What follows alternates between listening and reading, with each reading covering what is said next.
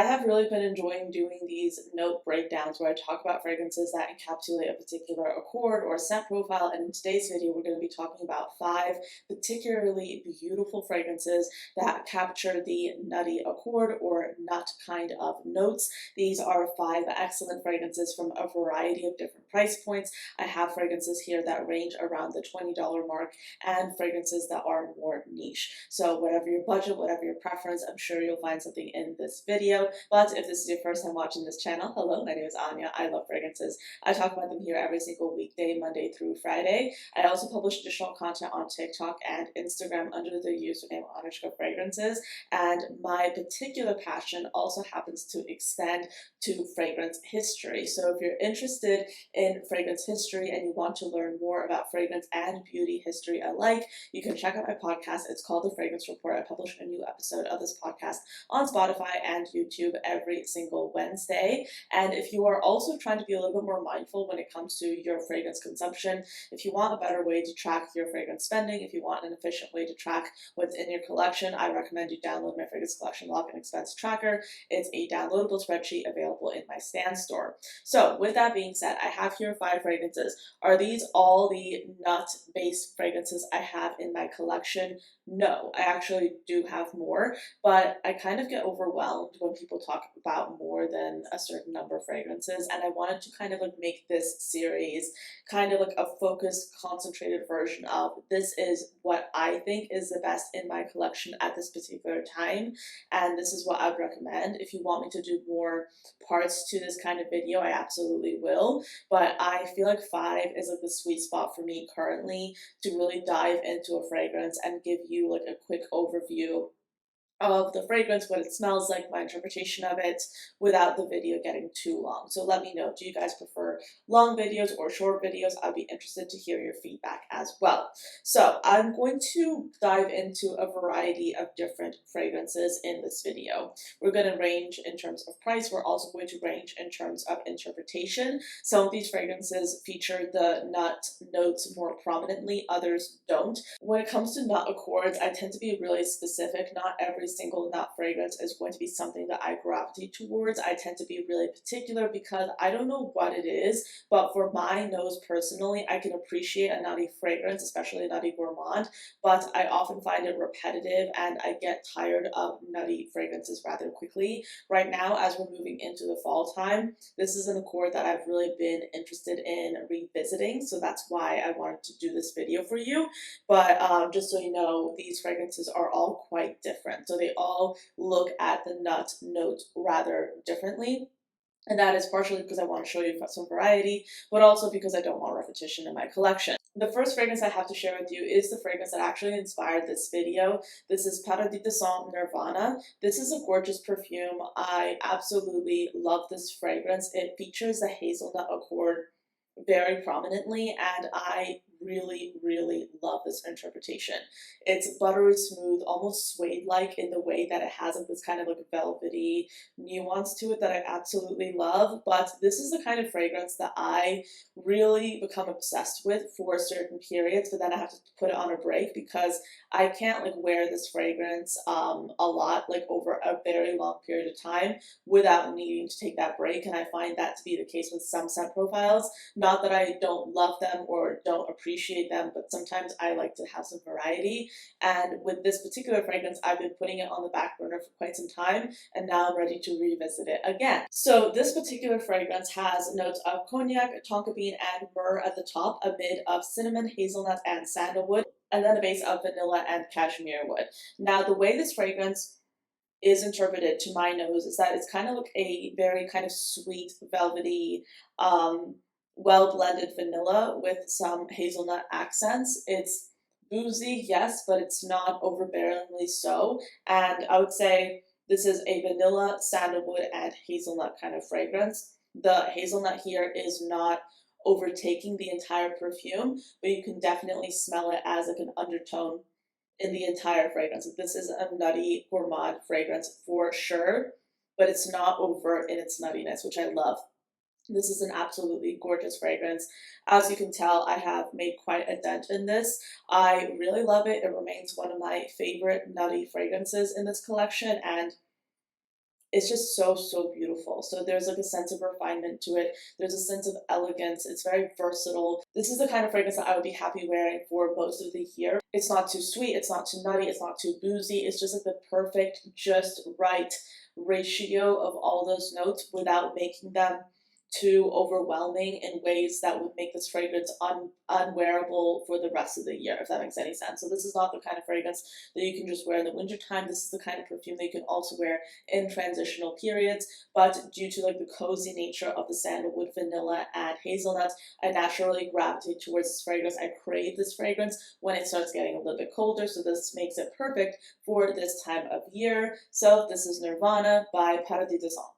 This next one is perfect for those of you who are on a budget, or if you want to experiment with a nutty accord, but you don't necessarily want to invest in a high ticket fragrance. This is going to be the perfect option for you if you just want something that's inexpensive, good, reliable, magnetic, smells delicious, but isn't a lot of money.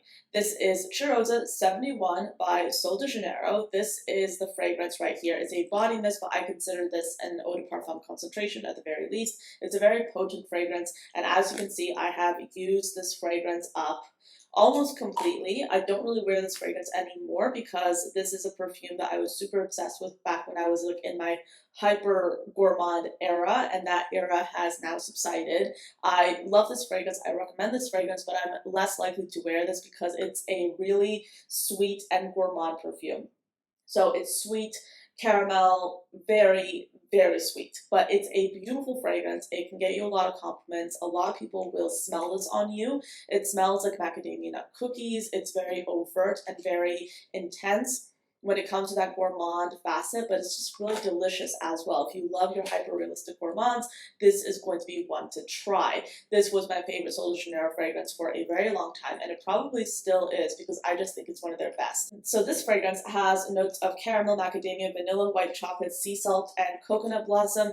I can definitely smell the white chocolate here. It is quite prominent, as is the macadamia. It just smells hyper-realistic. It really does smell incredibly realistic, and this is like $20–$25. It's so inexpensive, and I would say this is one of the best gourmands you can get at this price point. It's really quite amazing, and even if you are not sure about a scent profile like this, you can easily buy this and then use it in conjunction with other fragrances, layer it with other fragrances, and you'll be able to incorporate this kind of nutty goodness into your fragrance rotation. This is really good. I love it, and I think that when I first started talking about this fragrance on the internet, I started calling it Cheirosa, like Cheirosa 71, because I was watching like non-native English speakers talk about this fragrance, and I was just like saying Cheirosa 71, but like I wasn't actually reading it, and it's like literally Cheirosa 71, which is kind of funny, and I just remembered this. But yeah, it's a really good fragrance. You don't have to spend a lot of money if you want to incorporate a nutty fragrance into your rotation. The next perfume is one that's more expensive. This is a collaboration between a fragrance YouTuber and a perfume brand. You might already know what I'm about to say, but this is Navitous Parfums Baklava Royale. This was a collaboration between Gabulot's Perfumes and Navitous. I bought this with my own money. I'm someone who really admires Gabulot's Perfumes and her work. She does amazing reviews on virtually any fragrance you want to find. Like, she is very informed. She's a reviews-based channel, so if you're looking for any particular fragrance review, watch her content. She loves gourmands. But she came out with, I think, 3 Navitous collaborations so far. This was her second one. I own 2 out of the 3 collaborations she's had with Navitous. I've bought them with my own money, and this was one that I was very much looking forward to trying out. So this perfume smells like the following. It's a sweet vanilla almond fragrance with notes of orange blossom and bergamot at the top, a mid of pistachio, almond, and honey, and then a base of Madagascar vanilla, amberwood, and tonka bean. So this is a perfume that is quite unique in its scent profile. It was the first fragrance that I ever tried that smelled like baklava. At the time of this fragrance's release, not a lot of perfume houses were experimenting with the baklava accord, and I remember specifically Gabby describes as the almond in here being grilled almond, and you can definitely smell that. There is like this slight kind of, I don't want to say burn because it doesn't smell burn, but there's a slight smokiness to the nutty notes in here. And that makes this perfume, in my mind, only really suitable for cold weather. So I personally would not touch this in the summer heat. I wouldn't touch this if it was warm outside. This is only really going to be suitable, in my personal opinion, in the cold weather. And that's what makes it such a cozy, beautiful, and lovely fragrance. Like, it is your ultimate cold weather appropriate, nutty, gourmand fragrance. The orange blossom